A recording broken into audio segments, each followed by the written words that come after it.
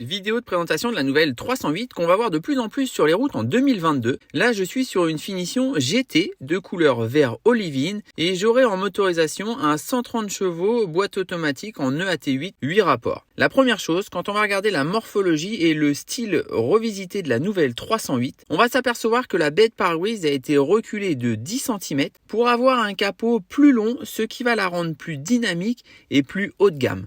Quand on va regarder la plateforme dans son ensemble de la nouvelle 308, on va voir que la voiture va avoir pris 11 cm de plus que l'ancienne 308 pour atteindre 4,36 m. L'empattement a pris aussi lui 5,5 cm entre les deux roues de manière à pouvoir donner un petit peu plus de confort aux passagers. Et dans son ensemble, la nouvelle 308 a été abaissée de 2 cm. Quand on va regarder l'arrière de la nouvelle 308, on va s'apercevoir qu'il y a eu un gros travail sur l'aérodynamique de la voiture, avec un grand spoiler et des déflecteurs imposants, le tout pour coller l'air à la voiture. On va avoir aussi cette rainure sous les optiques, toujours dans le même optique, de coller l'air au maximum à la nouvelle 308.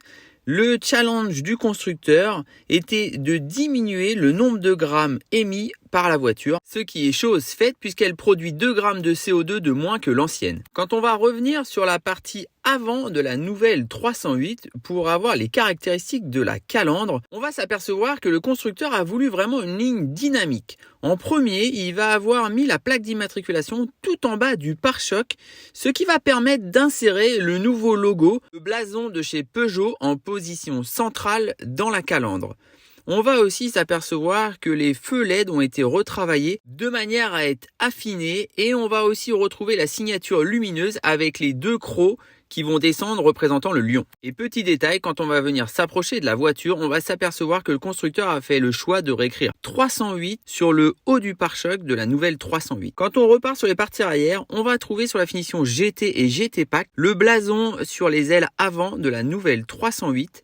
Et bien sûr, on le retrouvera en position centrale sur le coffre de la nouvelle 308.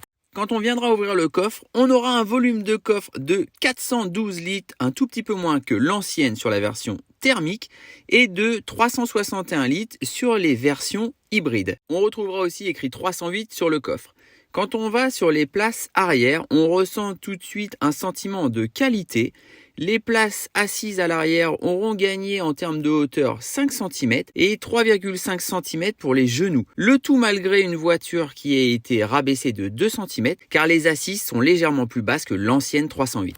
Quant aux places avant, toujours le même sentiment de qualité.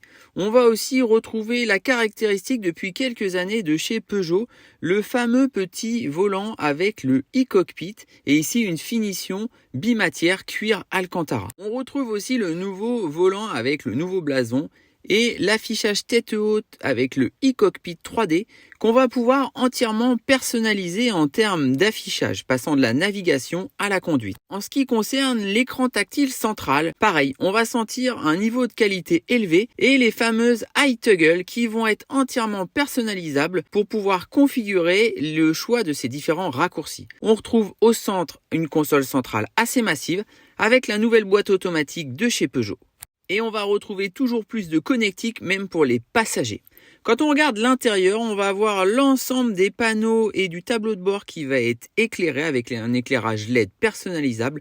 Cela fait une très belle finition par rapport à la voiture. On va aussi avoir de très belles animations sur les différents écrans tactiles. Pour finir, petite signature lumineuse de la nouvelle 308 avec les rappels de clignotants sur le haut des rétroviseurs et sur la partie arrière, on va retrouver les feux transparents avec les 3 griffes pour rappeler l'entité de la marque. N'hésitez pas à me dire en commentaire ce que vous avez pensé de la vidéo, la prochaine que vous voudriez avoir et abonnez-vous.